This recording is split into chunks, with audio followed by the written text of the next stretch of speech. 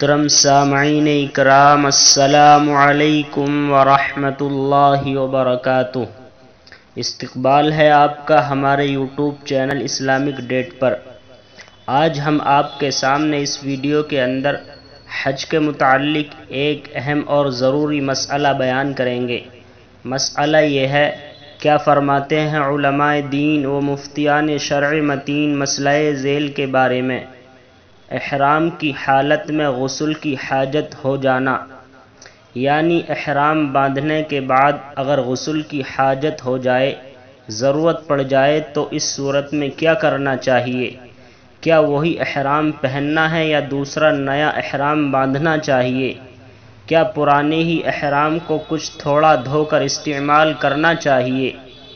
جواب: دوسرا نیا احرام بھی پہن سکتے ہیں اور پہلے والے کو دھو کر بھی پہنا جا سکتا ہے، اس لیے کہ اصل مقصد پاک رہنا ہے، نیا کپڑا کوئی متعین نہیں ہے۔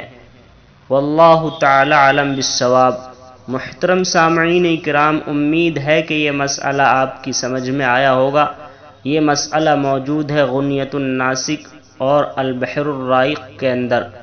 محترم سامعین اکرام، روزانہ حج کے متعلق مسائل جاننے کے لیے اسلامک ڈیٹ چینل کو سبسکرائب کیجیے۔ السلام علیکم ورحمۃ اللہ۔